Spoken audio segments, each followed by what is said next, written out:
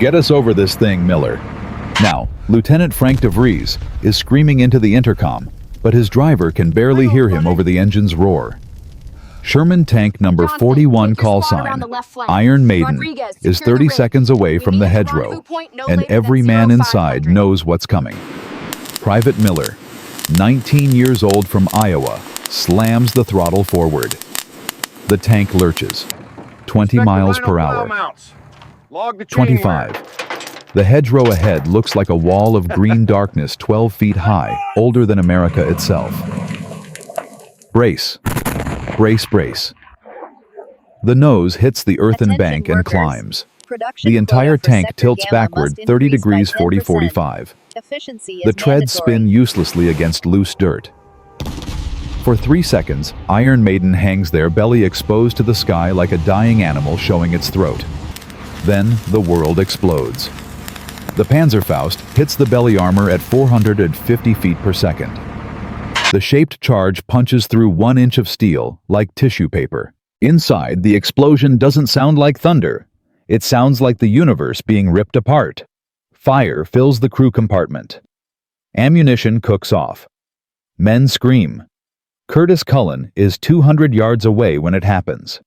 He sees the flash, first orange and white, too bright to look at directly. Then the sound arrives, a percussion that hits his chest like a fist. Then the screaming. He starts running. By the time he reaches Iron Maiden, the forward hatch is open. Private Miller crawls out, his face black with soot, his hands melted to the bone. He falls into the dirt and keeps crawling, trying to get away from the heat. Cullen grabs him, drags him 10 yards further, lays him down gently. Miller's lips are moving. No sound comes out, just bubbles of blood. Cullen looks back at the tank. The turret hatches haven't opened. They never will. Lieutenant DeVries and his 3-man crew are still inside, cooking in temperatures hot enough to melt steel. This is the 7th tank Cullen has watched burn. Today. It's only 10 a.m. A hand grabs his shoulder.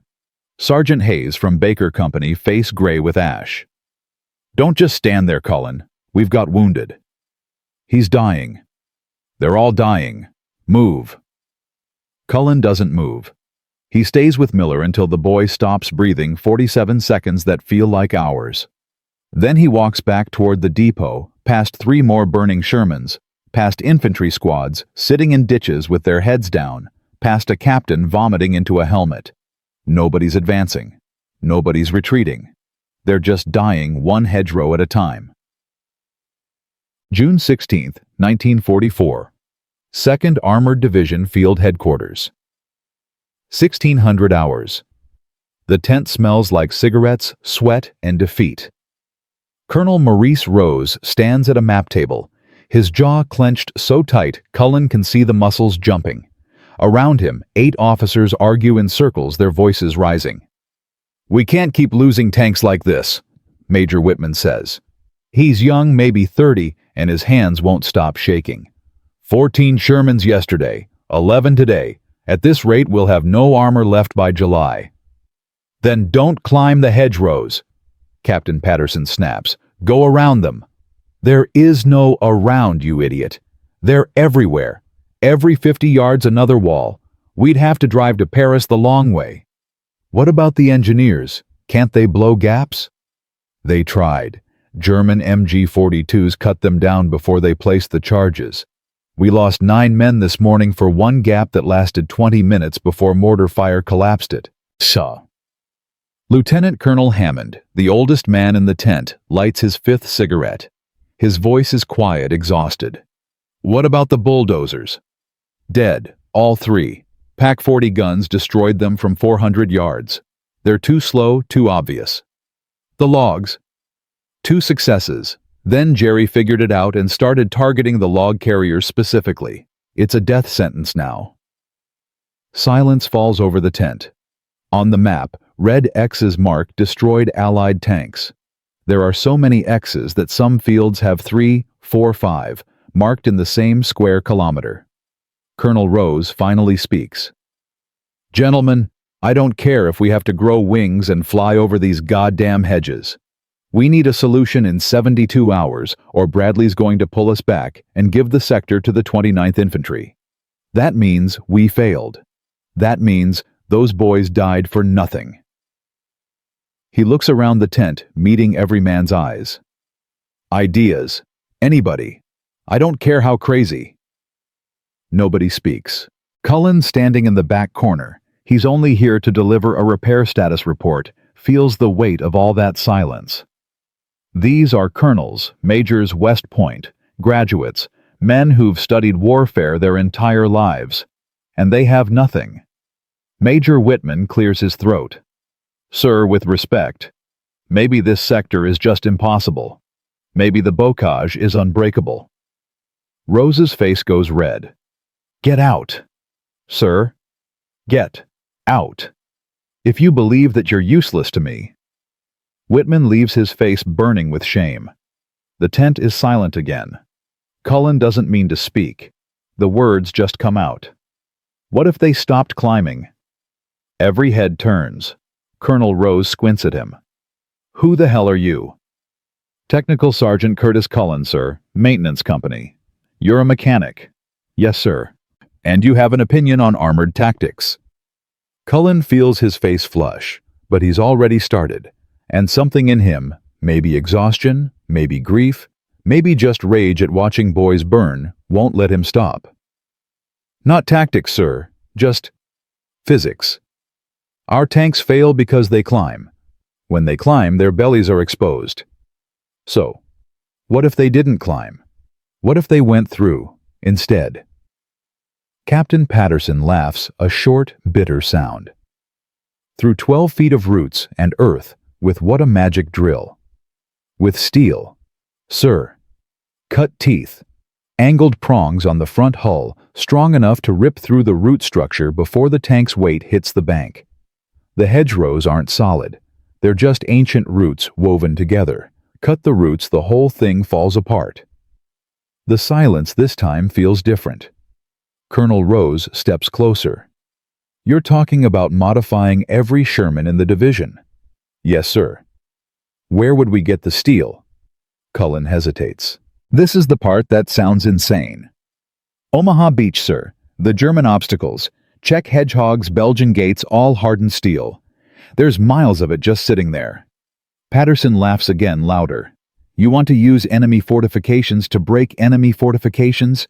That's brilliant. Colonel Rose interrupts. His eyes are locked on Cullen now, intense calculating. How long would it take to modify one tank? 4 hours, sir. Maybe 5, if I have 2 good welders. And you think this would work? Cullen thinks of Miller's face, bubbling blood-silent screaming. He thinks of Iron Maiden's crew still burning in their steel coffin. He thinks of the 7 tanks today, the 14 yesterday, the 100 since D-Day. I don't know, sir, he says honestly, but it can't be worse than what we're doing now. Rose stares at him for a long moment. Then he turns to the remaining officers. Get him a tank. Get him welders. Get him whatever he needs. He looks back at Cullen. You have 24 hours to build a prototype. If it works, you'll save this division. If it fails... He doesn't finish the sentence. He doesn't need to. Cullen salutes his hand, trembling slightly. Yes, sir. June 17th, 1944. Omaha Beach. 0200 hours. The tide is out. The beach stretches wide and empty under a half-moon littered with the bones of war-broken landing craft, shattered equipment, and thousands upon thousands of German steel obstacles.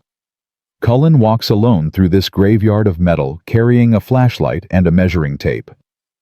Behind him, 50 yards back, Corporal Jack Hollings and Private Eddie Moreno wait by a truck with cutting torches loaded in the bed. The Czech hedgehogs are everywhere, 6-foot-tall steel tetrahedrons, each leg made from railroad rails, or I-beams welded together at brutal angles. The Germans had planted them by the thousands, designed to rip the hulls out of Higgins boats during the landing. On D-Day, they'd killed hundreds. Now they just rust monuments to a battle already lost. Cullen kneels beside one, runs his hand along the steel. It's rough with corrosion, but still solid good German industrial steel, probably Krupp. Each leg is about 4 inches thick, angled at 30 degrees, pointed at the end. Perfect. He hears footsteps behind him, slow limping. He turns. A figure approaches from the direction of the medical tents, moving carefully through the sand. It's a tanker. Cullen can tell from the coveralls, the helmet, the way he moves, favoring his left side, probably burns or shrapnel. As the man gets closer, Cullen sees the 3rd Armored Division patch on his shoulder and the bandages covering half his face. The tanker stops 10 feet away, lights a cigarette with shaking hands. "You're the mechanic," he says. Not a question. "Yeah. The one who thinks he can fix the hedgerow problem with scrap metal." Word travels fast. The tanker takes a long drag, exhales slowly. His visible eye stares at the hedgehog Cullen is kneeling beside. "I was in a Sherman called Thunderbolt. Good crew. We'd been together since Sicily. Driver was a kid from Brooklyn, always singing Sinatra. Gunner was a farm boy, Iowa, never cursed once. Loader was a Mexican kid from Texas, toughest son of a bitch I ever met." He pauses, takes another drag.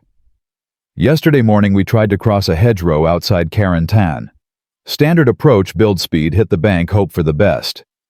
We got halfway up when the Panzerfaust hit. I was commander, top hatch open, got blown clear. Lucky." Another pause. Longer this time. "The others weren't. I could hear them screaming for maybe, I don't know, 30 seconds, felt like forever. By the time I got back on my feet, the tank was just flames. Flames and screaming that got quieter and quieter until it stopped." He flicks ash from his cigarette, and Cullen sees that his hand isn't just shaking from burns, it's shaking from something deeper. "You know what the worst part is, Sergeant? It wasn't the Germans who killed them. It was the fucking hedge. A wall. A wall that's been there for 1,000 years, and it's killing American boys because we don't know how to cross it without exposing our bellies like amateurs." The tanker looks at Cullen now, his single visible eye bright with unshed tears, or rage, or both. "So I heard you got some crazy idea about welding Jerry's beach junk onto our tanks, and I walked down here at 2 a.m. because I gotta know. Do you actually think it'll work, or are you just guessing? Because if you're guessing, more boys are gonna burn." Cullen stands slowly. He looks at the hedgehog, then at the tanker, then back at the beach, stretching behind them, acres of German steel, enough to outfit 100 tanks, 1,000. "I think," he says carefully, "that Sherman tanks are 33 tons of American steel with a 500 horsepower engine. They can crush cars, push through buildings, cross rivers. They're not fragile. They're just climbing wrong." He picks up a rock, throws it at the hedgehog. It clangs off the steel. "These prongs are angled at 30 degrees, same angle roots grow at. If we weld 4 of them to a Sherman's front glacis, angle them down slightly, they'll bite into the earth at the base of the hedgerow first. The roots get cut, the earth loosens, and the tank punches through instead of climbing over. The belly never exposes. The tank stays level. And if you're wrong..." Cullen meets his eye. "If I'm wrong, I'll have killed the crew myself. I'll have to live with that." The tanker studies him for a long moment. Then he nods, slowly drops his cigarette, crushes it in the sand. "Okay, Sergeant, I believe you." He turns to leave, then stops. "My name's Kowalski, Lieutenant Bill Kowalski. When you get that prototype built, I want to be the one who tests it." "You don't have to." "Yeah, I do. Because if it works, I need to be the first one through. I need to see that goddamn hedgerow split open like it's nothing. I need to know my boys didn't die for no reason." He walks away, limping back toward the medical tents, leaving Cullen alone on the beach. Cullen stands there for a moment, feeling the weight of what he's promised. Then he turns back to the hedgehog, pulls out his measuring tape, and starts calculating dimensions. Behind him, Hollings calls out, "We doing this or what?" Cullen looks at the steel, looks at the beach, looks at the distant hedgerows of Normandy, visible on the horizon, dark, ancient, and waiting. "Yeah," he says, "fire up the torches. We're doing this." The cutting begins.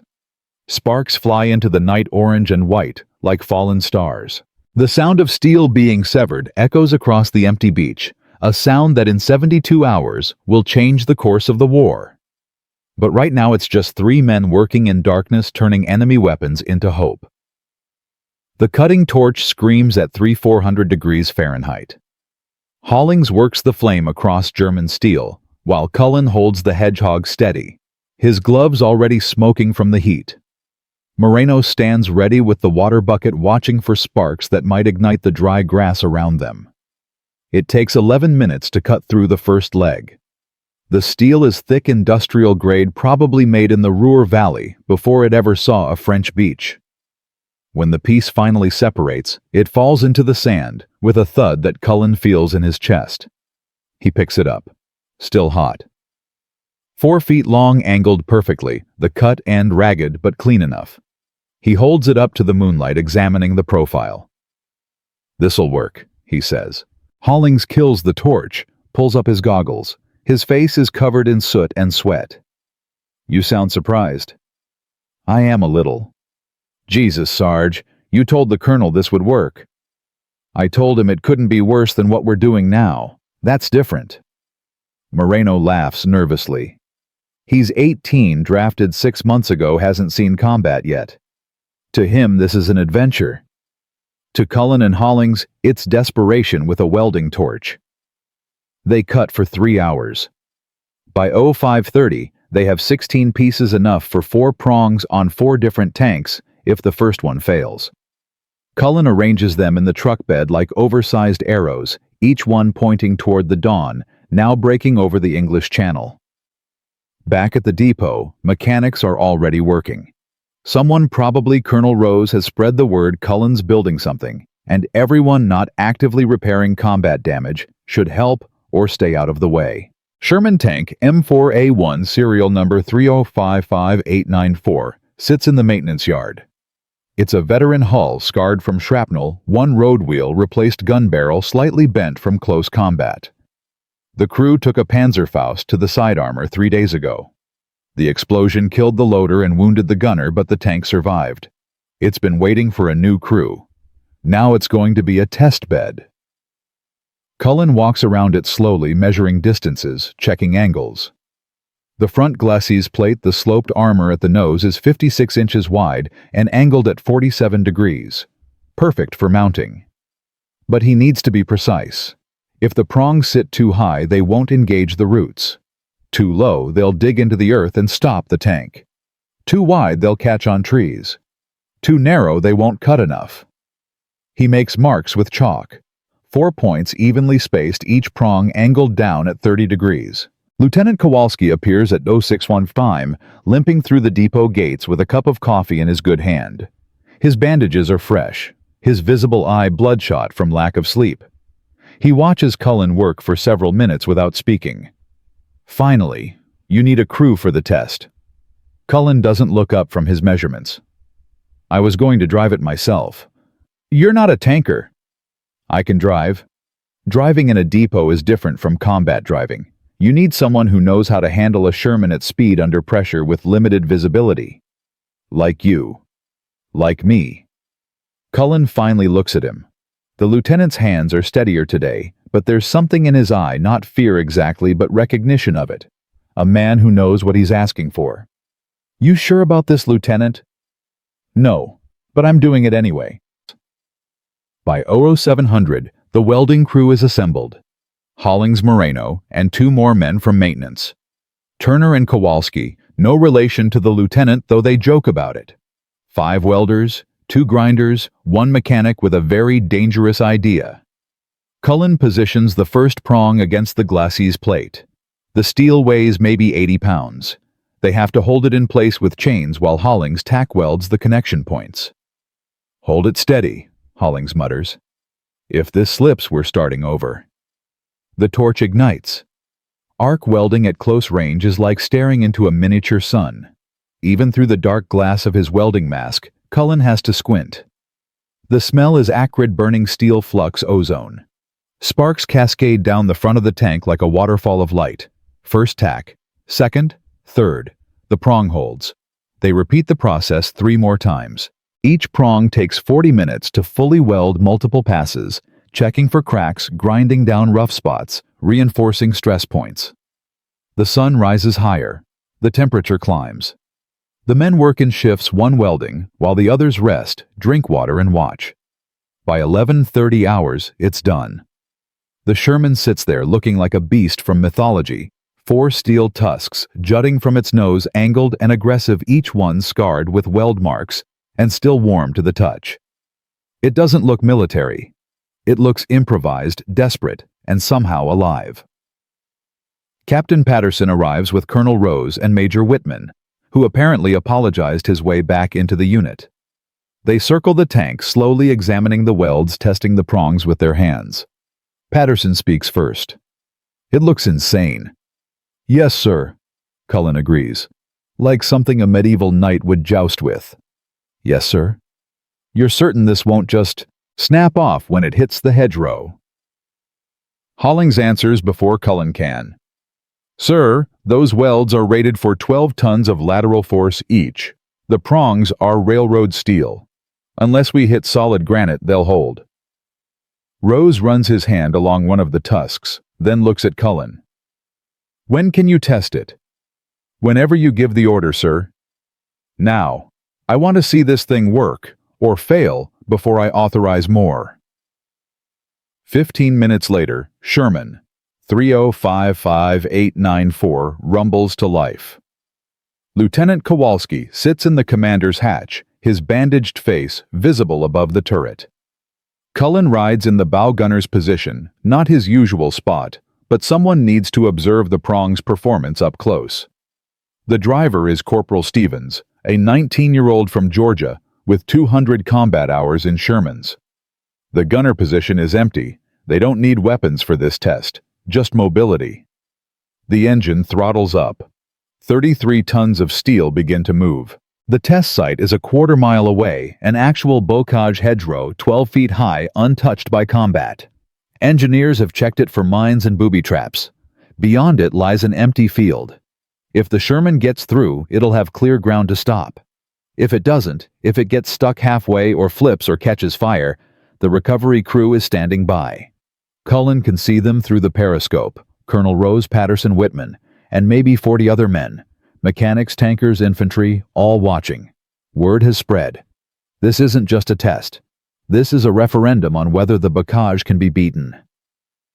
"Targets acquired," Kowalski says through the intercom, his voice crackling with static. "One hedgerow, 12 o'clock, 100 yards. Stevens responds. "Roger. Speed.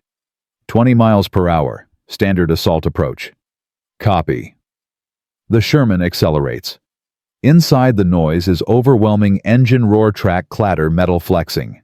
Cullen watches through the periscope as the hedgerow grows larger, closer, an ancient wall of green that has stopped armies before. 50 yards. 40. 30. "Brace," Kowalski says calmly. 20 yards. Cullen can see individual branches now, the earthen bank underneath the roots thick as a man's arm, woven together like cables. 10 yards. "God help us," Stevens whispers. 5 yards. The prongs hit first. The sound is like the earth being torn in half. The 4 steel tusks bite into the hedgerow's base, piercing the root structure with the force of 33 tons moving at 20 miles per hour. Roots snap a rapid fire, crackling like machine gun fire. The earthen bank splits. Dirt explodes upward. And the Sherman doesn't climb. It stays level, nose down, engine screaming treads, chewing through loosened earth, and drives straight through the hedgerow like it's made of paper. The entire crossing takes 14 seconds. When they burst through the other side, Cullen can't breathe. Not from impact or injury, but from disbelief. Through the periscope, he sees clear ground. Behind them, a gaping hole in the 1,000-year-old wall, 10 feet wide, scattered with severed roots and broken branches. "Holy shit," Stevens says.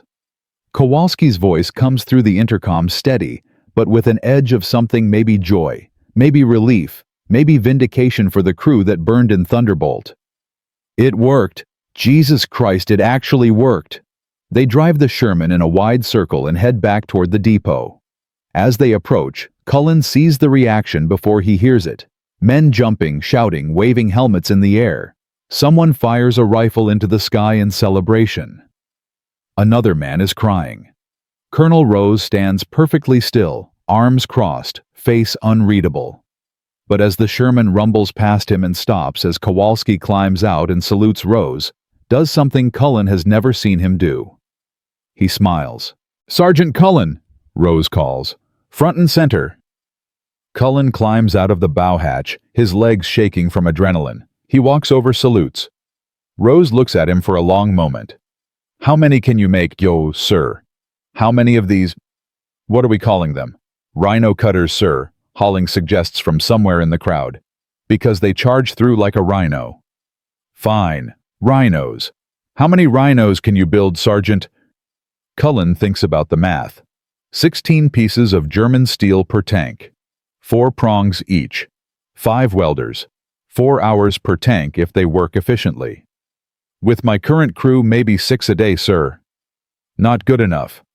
Operation Cobra launches in 3 weeks. I need every Sherman in this division equipped.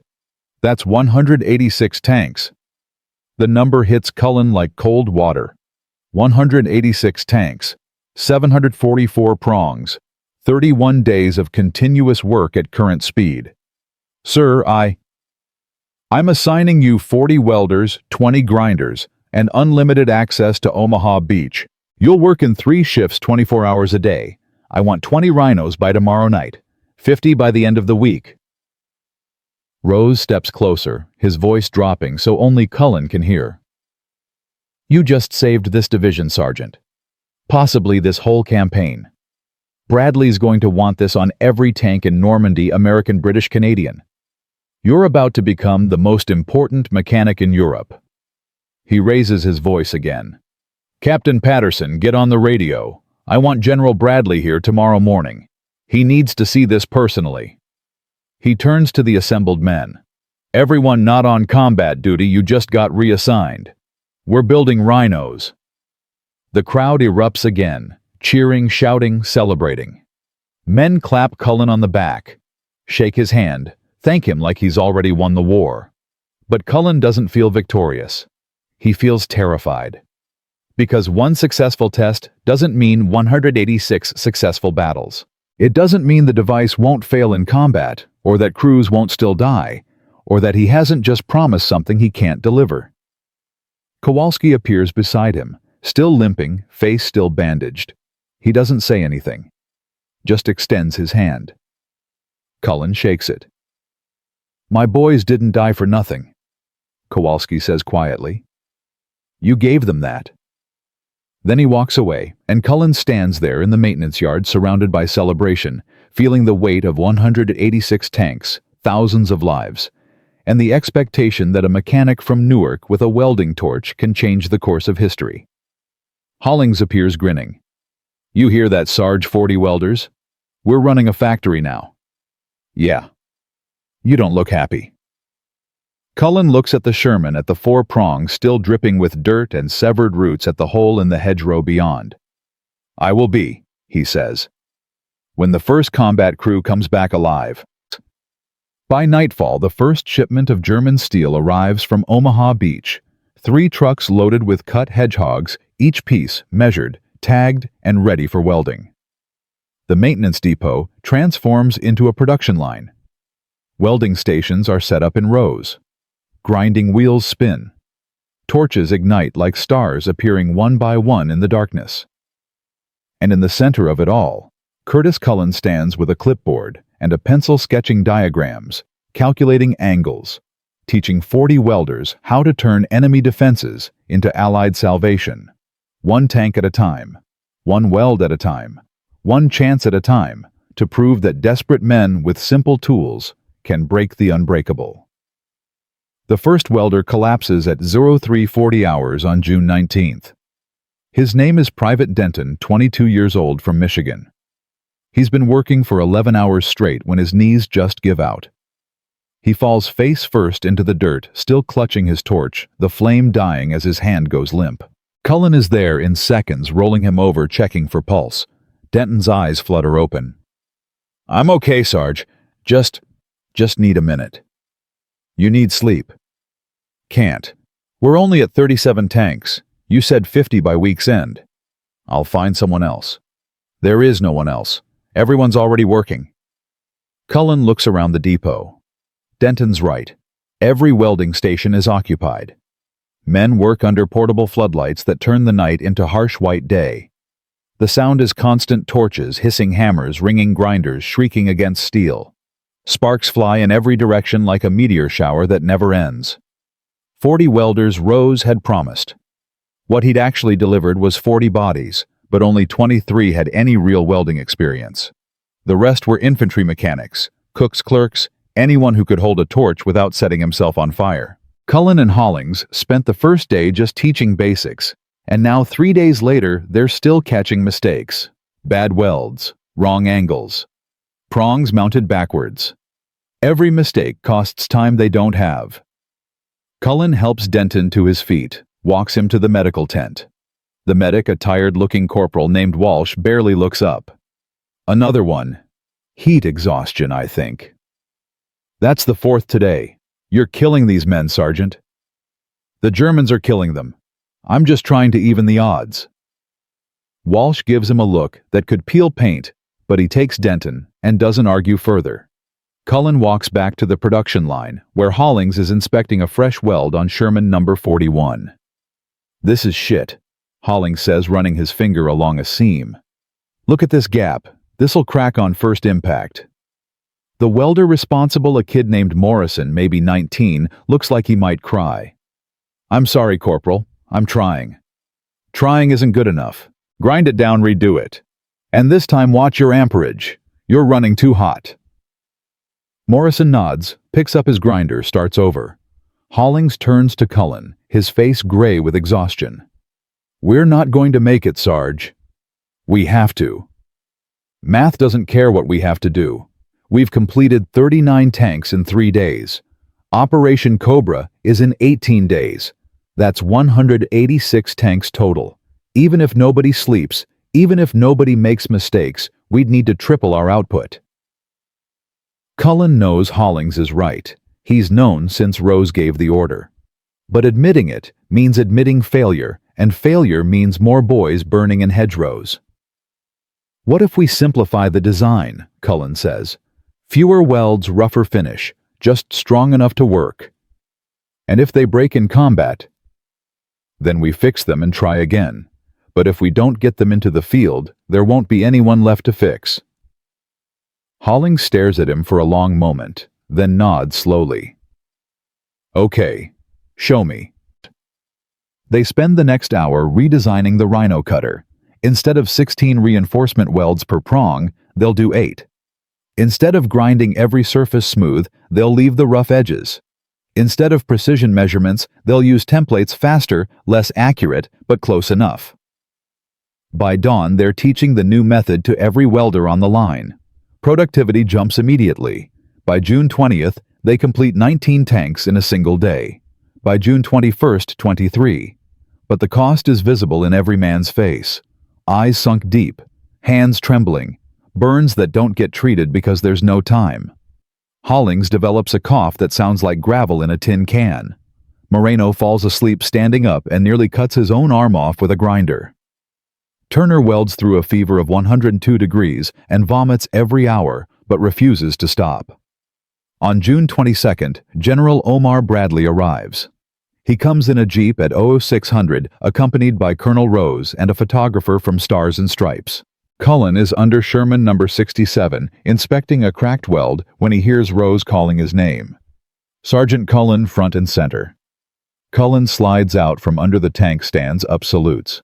His uniform is black with soot and rust. His hands are covered in burns. He hasn't slept more than 2 hours at a stretch in 6 days. Bradley is shorter than Cullen expected, but his presence fills the space anyway. He walks through the production line, slowly examining the rhinos, asking questions. His voice is calm, analytical. How many have you completed? 67, sir. As of this morning. And they all work? We've tested 15 in combat conditions. All successful, 0 failures. What's your failure rate in production? Cullen hesitates. This is where it gets embarrassing. About 12%, sir. Mostly weld cracks we catch during inspection. We scrap them and start over. That's acceptable. Bradley stops in front of a completed Rhino, runs his hand along one of the prongs. Colonel Rose tells me you came up with this design yourself. Yes, sir, though it's not complicated. Just German steel welded to American tanks. Simplicity is genius, Sergeant. The complex solutions never work in the field. He turns to face Cullen directly. I'm authorizing this device for every American tank in Normandy. That's over 300 Shermans. Can you handle that? The number is so large it doesn't feel real. 300 tanks. 9 and 200 prongs. Months of work. Sir, with respect, I have 40 welders working themselves to death just trying to finish our division. I can't. You won't have to. I'm sending the schematics to every armored division, every maintenance depot, every repair company and theater. They'll each build their own. But I need you to send teams out, teach them your methods, ensure quality control. Bradley steps closer, his voice dropping. Sergeant, before D-Day, we estimated it would take 3 months to break through the bocage. Now, with your device, we can do it in 3 weeks. That's 80,000 lives saved. 80,000 American boys who'll go home instead of dying in French fields. Do you understand what you've accomplished? Cullen wants to feel pride. He wants to feel vindication, success triumph.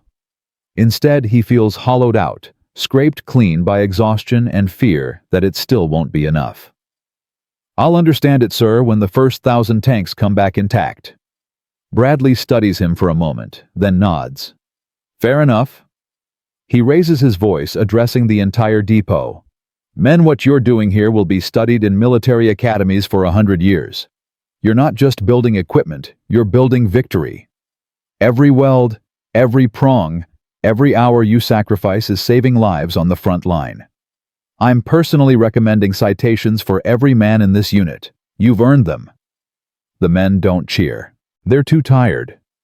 But something passes through them, a ripple of recognition of being seen. They straighten slightly, grip their torches tighter, and go back to work. Bradley leaves at 0700. By 0730, Rose appears with new orders. Cullen is to select 5 men and deploy to the 3rd Armored Division Depot at Isigny-sur-Mer, 15 miles west. They have 36 hours to train that division's welders and oversee production of their first 20 Rhinos. Cullen chooses Hollings Moreno Turner Morrison and a new arrival named Chen, a Chinese-American welder from San Francisco, who'd been working for Kaiser shipyards before the draft. They load tools into a truck at 0900 and drive through roads clogged with supply convoys, ambulances, and columns of replacement troops marching toward the front. The 3rd Armored Depot is chaos. Their maintenance officer, a captain named DeLuca, greets Cullen with exhausted relief. Thank God you're here. Bradley's breathing down our necks for Rhinos, but we don't have your schematics, we don't have enough steel, and half my welders don't know which end of a torch to hold. Show me what you've got.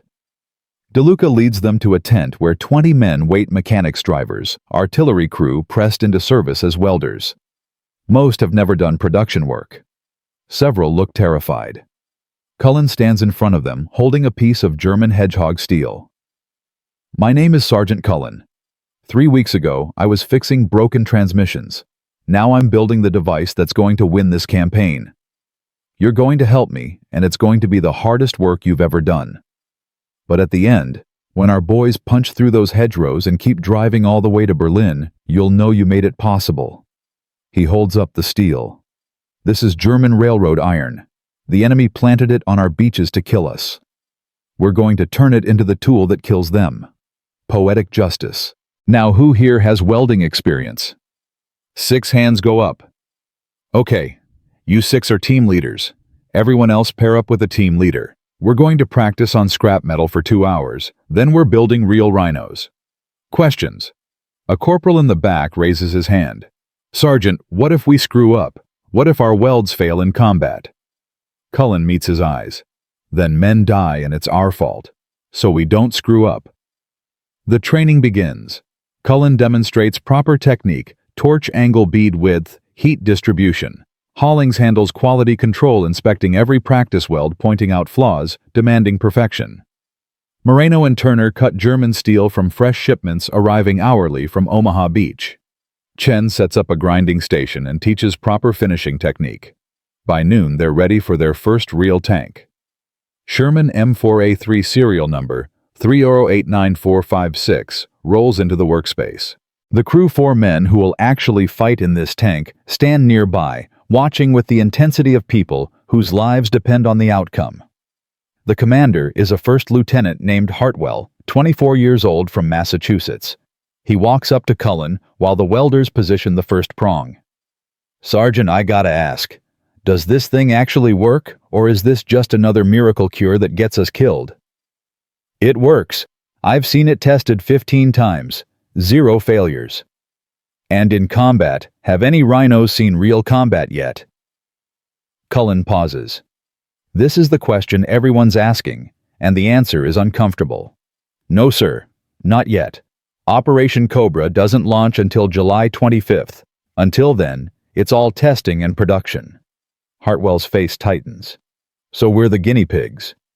"No, sir. You're the first wave of a solution that's going to save this entire campaign. There's a difference. Not to the guys who die finding out if you're right." Hartwell walks away, and Cullen stands there feeling the weight of untested faith. Because Hartwell's right. Every successful test means nothing until men's lives depend on it in actual combat under fire with Germans trying to kill them. The welding takes 4 hours.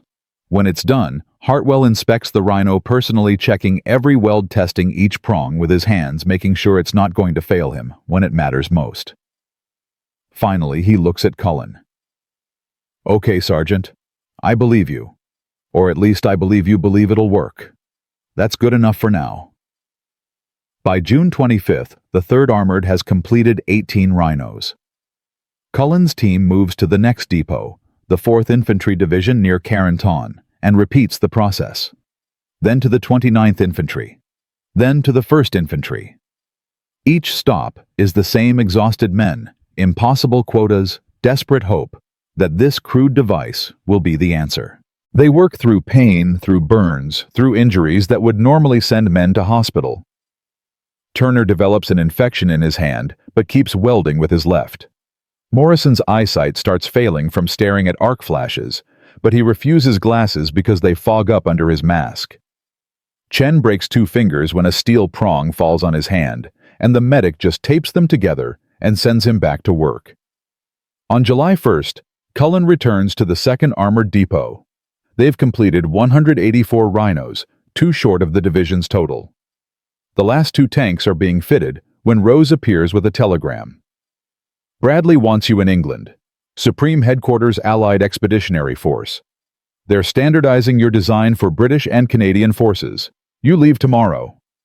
Cullen reads the telegram twice, trying to process it. "Sir, Operation Cobra launches in 24 days. I need to be here when—" "You've done your part, Sergeant. Now let other men do theirs. That's an order." But that night, Cullen can't sleep. He walks through the depot, watching the final 2 Rhinos being completed. The welders work in silence now. No jokes, no conversation, just the steady rhythm of torches and hammers. They're too tired for words. Hollings finds him at EO 300, standing alone near the beach where it all started. "You okay, Sarge?" "I keep thinking about all the things that could go wrong. What if the design fails in mud? What if German anti-tank doctrine adapts? What if I missed something obvious, and 2D-300 tanks roll into battle with a fatal flaw? Then we'll fix it. That's what mechanics do." "Not if everyone's dead." Hollings lights a cigarette, offers one to Cullen. They smoke in silence, watching the Channel tide come in, washing away footprints in the sand.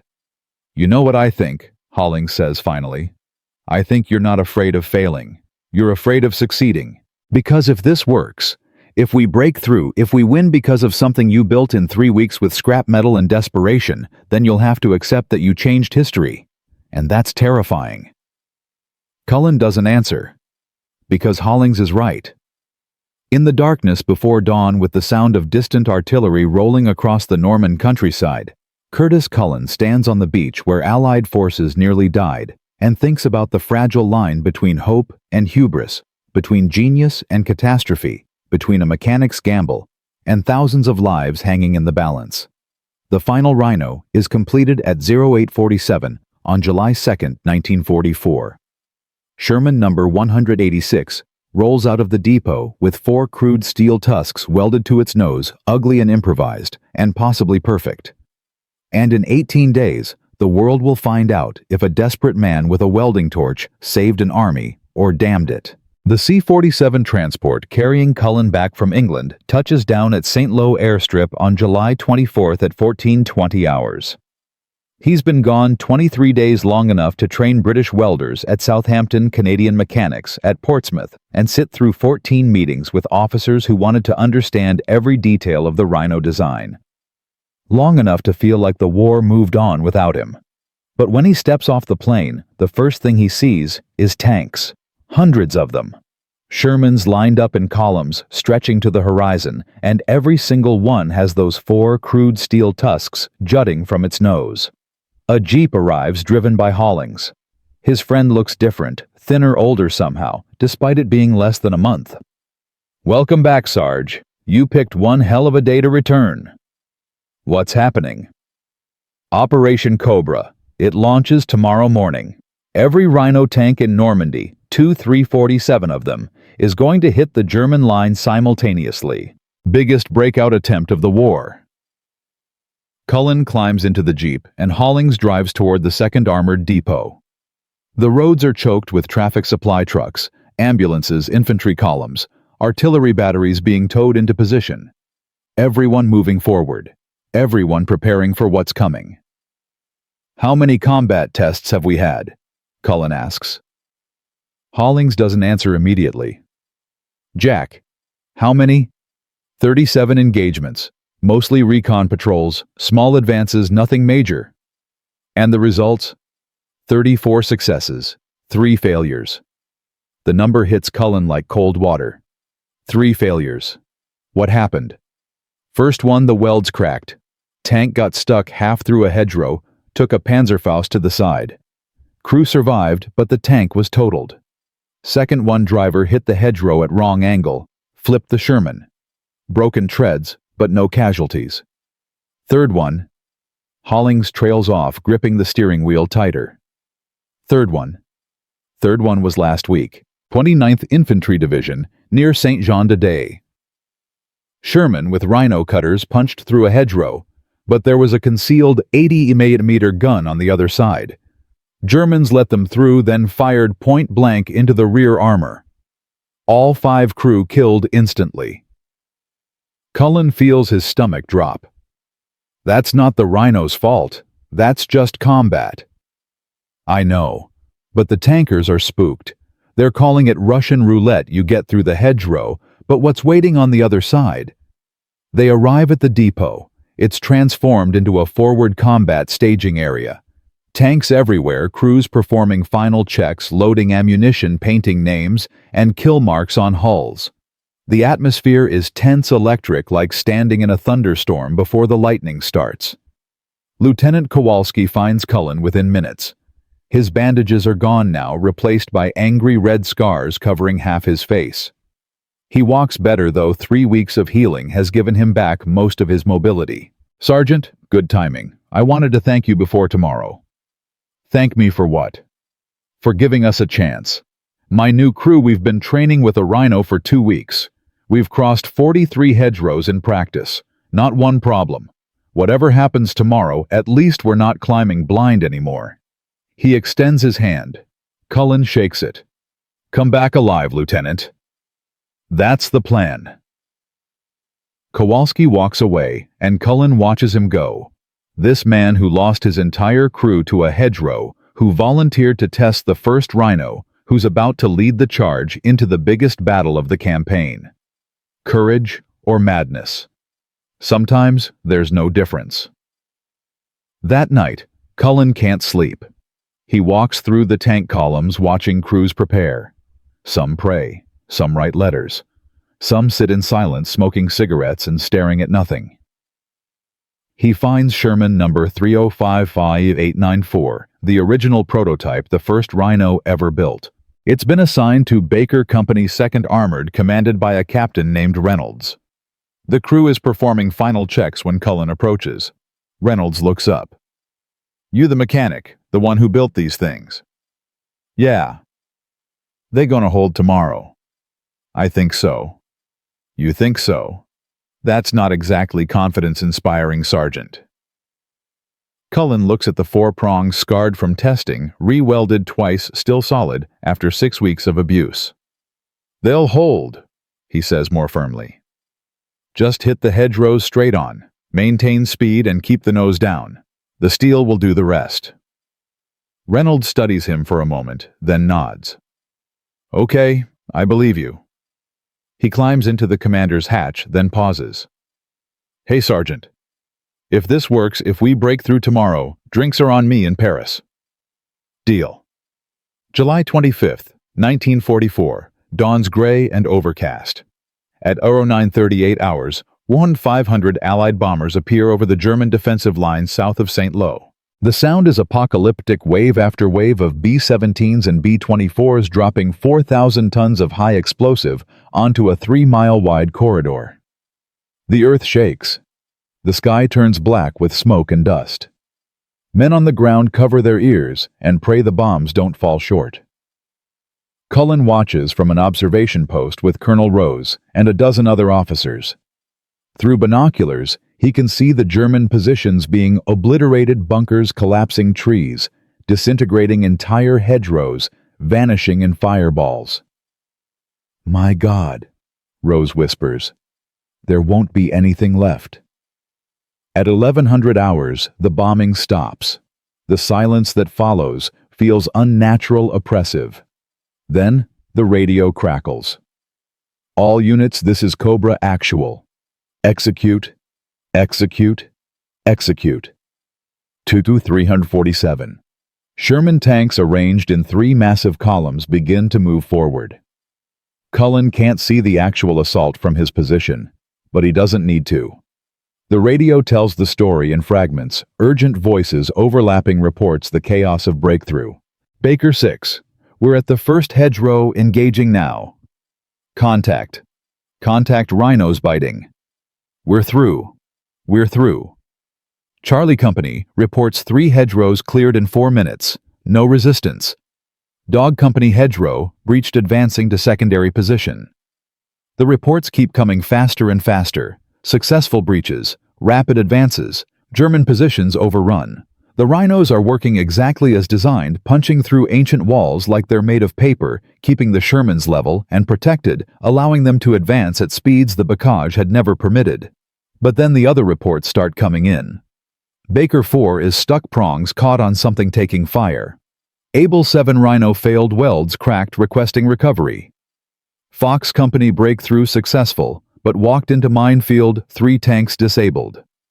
Rose turns to Cullen. "How many failures?" "I'm counting. Maybe 12 out of 300. That's 0.5%. "Is that acceptable?" "Sir, nothing in war is acceptable, but it's better than climbing." By 1400 hours, the radio reports shift from tactical updates to strategic breakthrough. The American advance has penetrated 6 miles into German-held territory, more progress in 3 hours than in the previous 6 weeks combined. Entire German units are retreating, abandoning positions that had been considered unbreakable. At 16:30, a runner arrives at the observation post with a message for Colonel Rose. He reads it, then looks at Cullen with an expression somewhere between disbelief and vindication. "Bradley's reporting the breakthrough is successful. Enemy defensive line has collapsed. We're advancing into open country." He hands the message to Cullen. "He specifically asked me to tell you your device has saved this campaign." Cullen reads the message, but the words don't feel real. Saved the campaign. How does a person process that? How does anyone carry that weight? "I need to get down there," he says. "The tanks are advancing too fast. If rhinos start failing in open country, we need mechanics forward to repair them." Rose nods. Take whoever you need. Go." Cullen grabs Hollings, Moreno, and Chen. They load a truck with welding equipment, spare steel and tools, then drive south toward the sound of gunfire. The road is chaos: ambulances rushing wounded, back supply convoys rushing forward, MPs trying to direct traffic that has no direction. They reach the breakthrough point at 18:20 hours. The landscape is devastated. Hedgerows, shattered earth cratered by bombs, German equipment abandoned everywhere. And through it all, Sherman tanks keep advancing, their rhino prongs caked with mud and torn vegetation, their crews exhausted but moving. Cullen flags down the first disabled rhino he sees. Sherman number 4012 Baker Company, one prong snapped off at the base. The crew is outside covering the tank while waiting for recovery. What happened? Cullen asks the commander, a sergeant named Briggs. "Hit the hedgerow at 30 miles per hour too fast. Prong caught a boulder or something, snapped clean off. We got through anyway, but now we're unbalanced." Cullen examines the break. Clean fracture right at the weld joint. Repairable, but it'll take an hour. "We'll fix it. You'll be back in action by nightfall." Briggs looks at him with something like awe. "You're Cullen, aren't you? The guy who invented these things?" "Yeah." "Holy shit. Listen, Sergeant. I don't know if anyone's told you this, but these rhinos are the only reason we're still alive. My crew's been through 18 hedgerows today. 18. We should have died on the second one, but we just kept punching through. It's like someone finally gave us permission to fight back." He grabs Cullen's hand, shakes it hard. "Thank you. I don't care if that's inappropriate. Thank you." Before Cullen can respond, Briggs climbs back into his tank to wait. Hollings is already setting up the welding equipment, and Moreno is cutting a replacement prong from spare stock. They work through twilight and into darkness, repairing broken rhinos by the light of portable lamps. Most damage is minor cracked welds, bent prongs, stress fractures. Nothing that can't be fixed. But every repair means a tank crew that can keep advancing, keep fighting, keep surviving. At 2140 hours, Lieutenant Kowalski's Sherman rumbles up. The rhino is intact, but covered in mud scorch marks and what looks like blood. Kowalski climbs out, moving stiffly. "You hurt?" Cullen asks. "Bruised. We took a near miss from an 88. Shook us up, but didn't penetrate." He looks at the rhino prongs, reaches out to touch one like it's something sacred. 17 hedgerows, Sergeant. We crossed 17 today. My old crew, the ones who died in Thunderbolt, they died on the second hedgerow because we had to climb. Today we didn't climb once. We just drove." His voice cracks slightly. "They should have had this. They should have had what we have now." Cullen doesn't know what to say. There's no comfort for that kind of loss, no words that make it acceptable. "I'm sorry, Lieutenant." "Don't be. You didn't kill them. The war killed them. You just made sure it wouldn't kill the rest of us." He straightens up, salutes. "I need to rejoin my unit, but I wanted you to know you gave us hope. That sounds dramatic, but it's true. Before the rhinos, we felt helpless. Now we feel dangerous." He climbs back into his Sherman and drives off into the darkness following the advance. By July 28th, the American breakthrough has expanded to 20 miles deep and 15 miles wide. German forces are in full retreat. Towns that had been occupied for 4 years are liberated in hours. The bocage, which had been considered an impregnable defensive position, has been shattered by crude steel tusks welded onto American tanks. The casualty reports come in over the following days. In the first week of Operation Cobra, American forces lost 189 Sherman tanks to enemy action, less than 8% of the Rhino-equipped force. In the 6 weeks before Cobra, they'd lost over 800 tanks, attempting to cross hedgerows using conventional methods. The math is stark. Cullen's device reduced tank losses by approximately 85%. Based on crew size and survival rates, this translates to roughly 1,500 lives saved in the first week alone. On August 2nd, General Omar Bradley arrives at the 2nd Armored Depot. He finds Cullen under a tank rewelding a cracked prong. Bradley waits until Cullen finishes and slides out before speaking. "Sergeant Cullen, on your feet."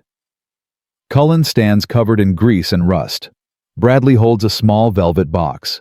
"By order of the Supreme Allied Commander, you are hereby awarded the Legion of Merit for extraordinary service to the Allied cause. Your innovation directly contributed to the success of Operation Cobra and the liberation of France." He pins the medal to Cullen's filthy uniform. You should know, Sergeant, military historians are already calling this the breakthrough device of 1944.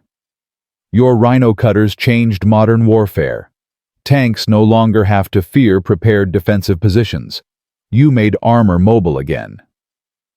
Cullen looks at the medal, then at Bradley. "Sir, with respect, I just welded some steel to tanks. The brave part was done by men like Lieutenant Kowalski and Sergeant Briggs, the ones who actually drove through fire, trusting that my welds would hold."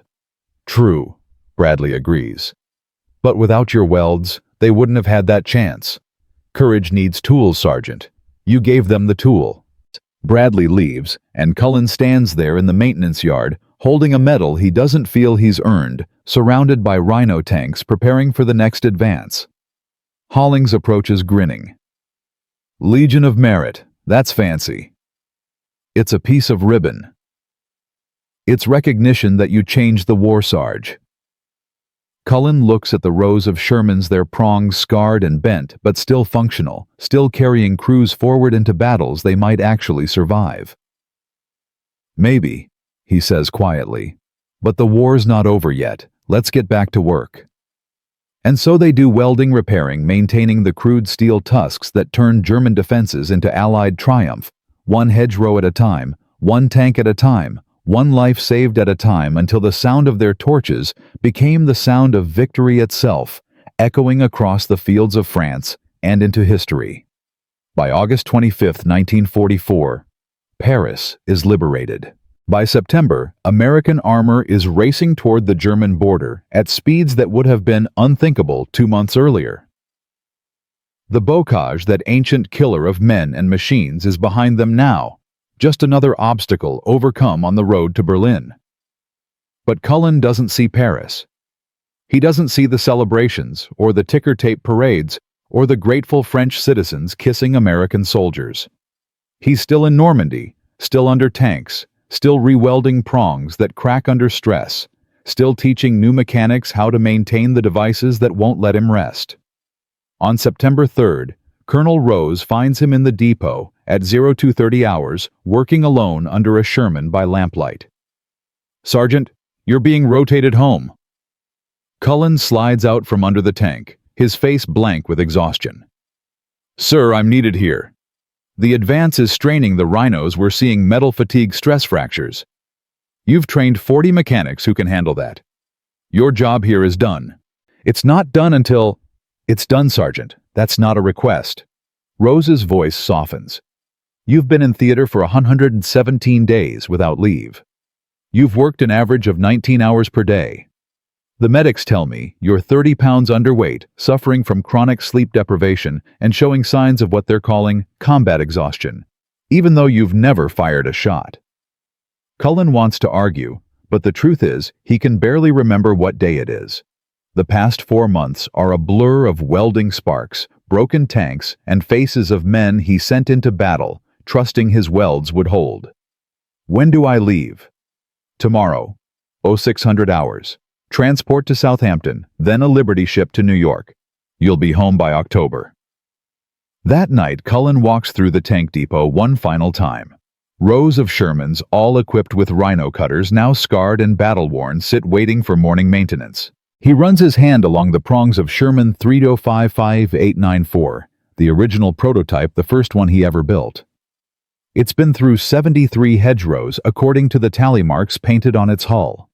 The steel is bent, rewelded in 6 places, ground down and reinforced, but still functional. Lieutenant Kowalski finds him there at 0400. "Heard you're shipping out." "Yeah." "Good. You earned it."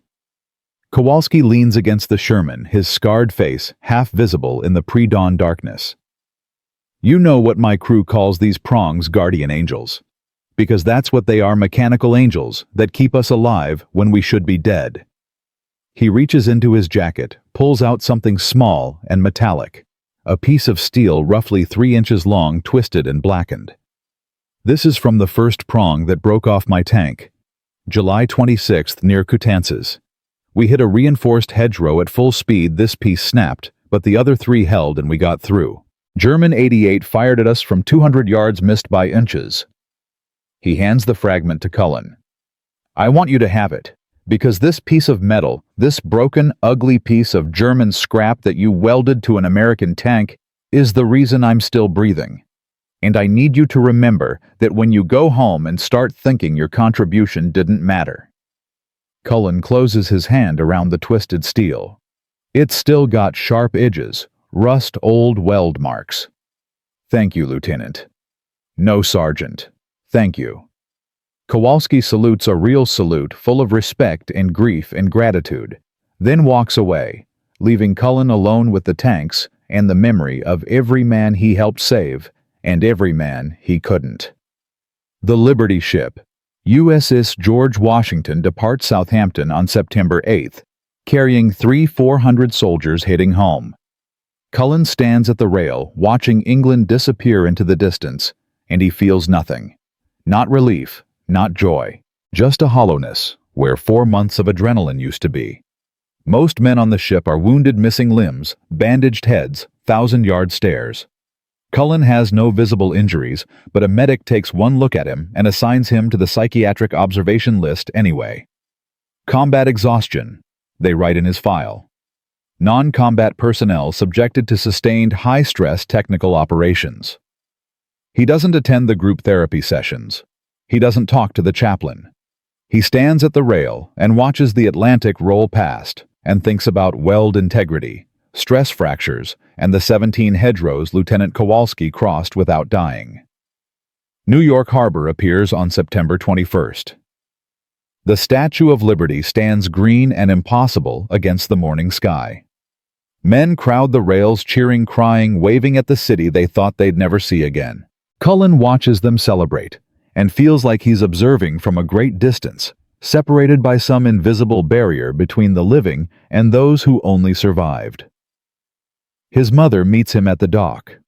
She's 54 now, gray-haired and thin, and when she sees him, she starts crying before he even reaches her. "Curtis! Oh my God, Curtis!" She hugs him, and he realizes this is the first gentle human contact he's had in 4 months. Everyone in the war touches with purpose, gripping tools, dragging wounded, bracing against impacts. Nobody just holds you. "I'm okay, Ma." "You're not. Look at you. You're skin and bones." "I'm fine." But he's not, and they both know it. Home is Newark, a small apartment above a hardware store where his mother has lived since his father died in 1938. His old room is exactly as he left it. A narrow bed, a desk covered in old mechanical drawings tools hanging on the wall. It feels like a museum exhibit of a person who no longer exists. The first week he sleeps 18 hours a day. The second week he can't sleep at all, lying awake listening to sounds that aren't artillery, flinching at car backfires, checking and rechecking the locks on doors like Germans might break through at any moment. His mother tries to help. She cooks his favorite meals. She doesn't ask questions. She just sits with him in the evenings while he stares at nothing, and her presence is the only thing that feels real. On October 15th, a letter arrives from the War Department. Official letterhead, thick paper sealed with wax. Cullen opens it at the kitchen table while his mother watches nervously. It's from General Dwight D. Eisenhower, Supreme Commander of Allied Forces in Europe. "Sergeant Cullen, your innovation in armored warfare, specifically the development of the Rhino hedgerow cutter, directly contributed to the success of Operation Cobra and the liberation of France. Military analysts estimate your device reduced Allied tank casualties by 85% during breakthrough operations, saving approximately 1,500 American lives. The impact of your work extends beyond numbers. You restored mobility to armored warfare and demonstrated that practical innovation often comes not from laboratories, but from soldiers who refuse to accept defeat. The Allied victory in Europe owes a debt to your ingenuity and dedication.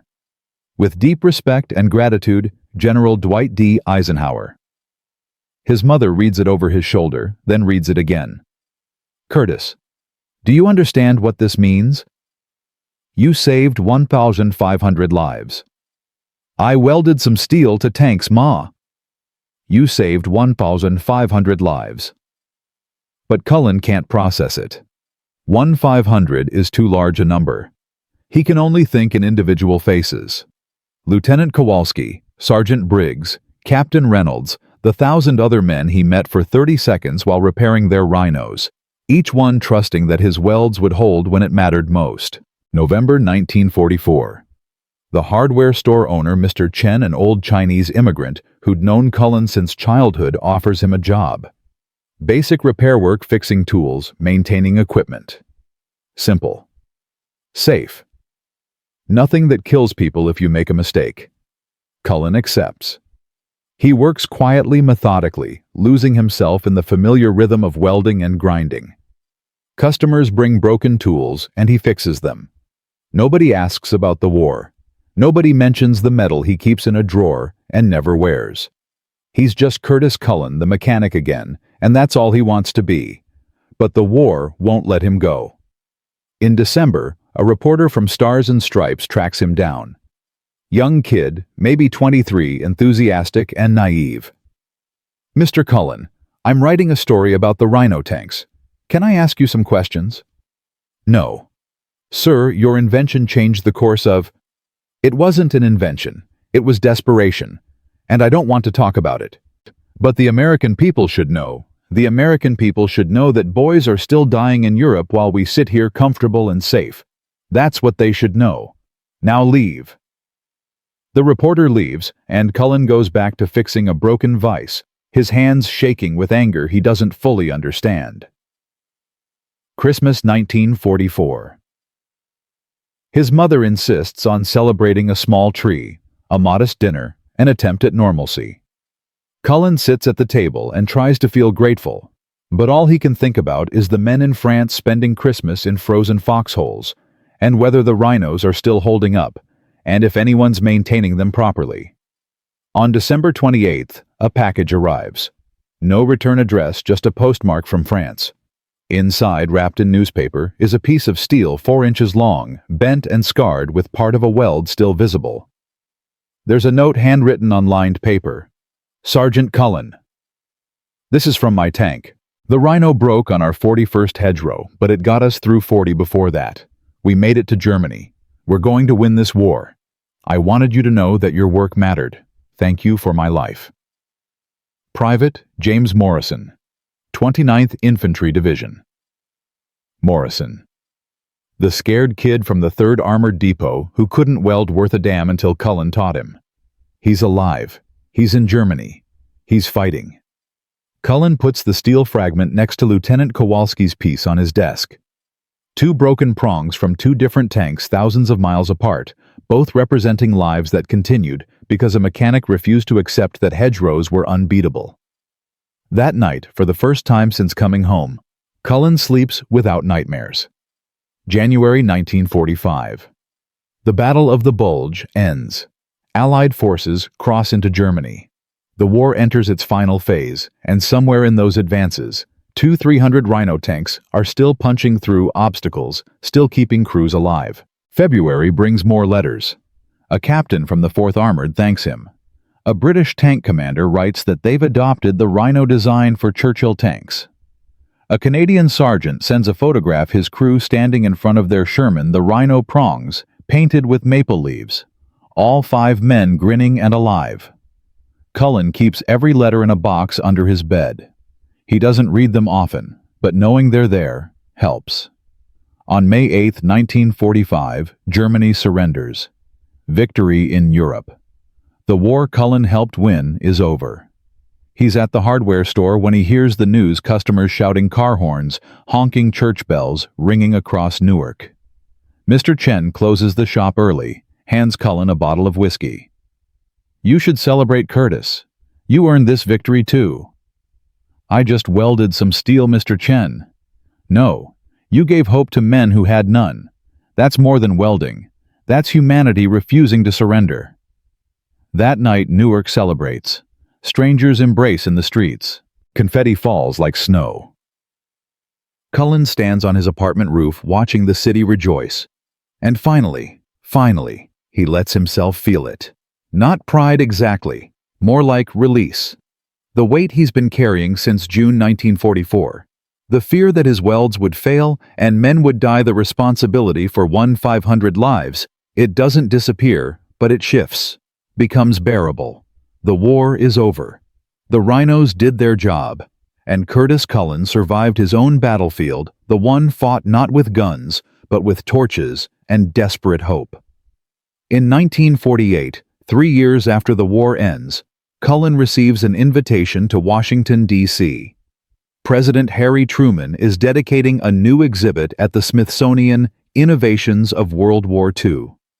The Rhino Cutter will be displayed 4 steel prongs welded to a section of Sherman hull, preserved forever as a symbol of American ingenuity. Cullen attends with his mother. The ceremony is small, dignified. Truman shakes his hand, thanks him personally. Photographers take pictures. Other veterans salute him. Men whose lives were saved by his device. Men he's never met, but who owe him everything. Standing in front of the exhibit, reading the plaque, invented by Technical Sergeant Curtis G. Cullen, July 1944. Reduced Allied tank casualties by 85%. Saved an estimated 1,500 American lives. Cullen finally understands what he accomplished. He didn't win the war. He didn't defeat Hitler. He just gave desperate men a tool that let them fight back against an obstacle that seemed impossible. And sometimes that's all history needs. One person who refuses to accept defeat, who looks at a problem everyone else has given up on and says, "What if we try this?" An older man approaches gray-haired, walking with a cane, wearing a 2nd Armored Division patch on his jacket. His face is scarred familiar. Lieutenant Kowalski. Captain now, retired. Kowalski smiles, extends his hand. I had to come. Had to see them put your invention in a museum where people will remember. It's just steel. No, Sergeant. It's proof that courage comes in many forms. Some men charge machine guns. You charge an impossible problem with a welding torch. Both take the same bravery. They stand together in silence. 2 men who survived different kinds of war, looking at 4 crude steel tusks that changed history. Curtis G. Cullen lives until 1963. He never seeks publicity, never writes a memoir, never claims to be a hero. He works as a mechanic in Newark until retirement fixes broken things, and lives quietly with the knowledge that somewhere in France, scattered across fields that were once soaked in blood, there are still fragments of German steel that he turned into American salvation. When he dies at 68, his funeral is attended by 47 men. Tank crews, welders, mechanics who traveled from across America to honor the sergeant who gave them their lives back. They place pieces of rhino steel on his casket, each fragment representing a hedgerow crossed a battle, survived a chance to come home. The obituary in the Newark Star-Ledger is 3 paragraphs. It doesn't mention the 1,500 lives saved. It doesn't explain how a mechanic changed modern warfare. It simply says, Curtis G. Cullen, 68, local mechanic and World War II veteran. Survived by his mother, Margaret. Services private. But in the Smithsonian and military museums across America, in history books written decades later, the Rhino Cutter endures. 4 simple prongs of welded steel, crude, improvised, perfect, standing as eternal proof that genius doesn't require laboratories or degrees, just desperate courage and a refusal to watch good men die for lack of trying. And in the fields of Normandy, where hedgerows still stand ancient and thick, where tourists walk beaches that once ran red, where history lives in every scarred tree and broken stone. The legend persists that in the summer of 1944, when an army stood paralyzed before walls that had stood for 1,000 years, a mechanic from Newark looked at German trash scattered on a beach and whispered the words that saved a generation. What if we turn their weapons into ours? That question, born of exhaustion and hope and refusal to surrender, became the answer to an impossible problem. Not through strategy or firepower or overwhelming force, but through the simple revolutionary idea that obstacles aren't permanent. They're just problems waiting for someone stubborn enough to solve them. The Rhino didn't win World War II, but it gave victory a chance. And sometimes, in the desperate arithmetic of war and survival, a chance is all history needs. If you believe Curtis Cullen's name deserves to be remembered, share this story.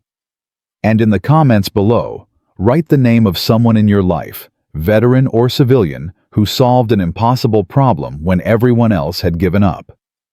Because heroes aren't always the ones who fight. Sometimes they're the ones who simply refuse to stop building hope from broken steel.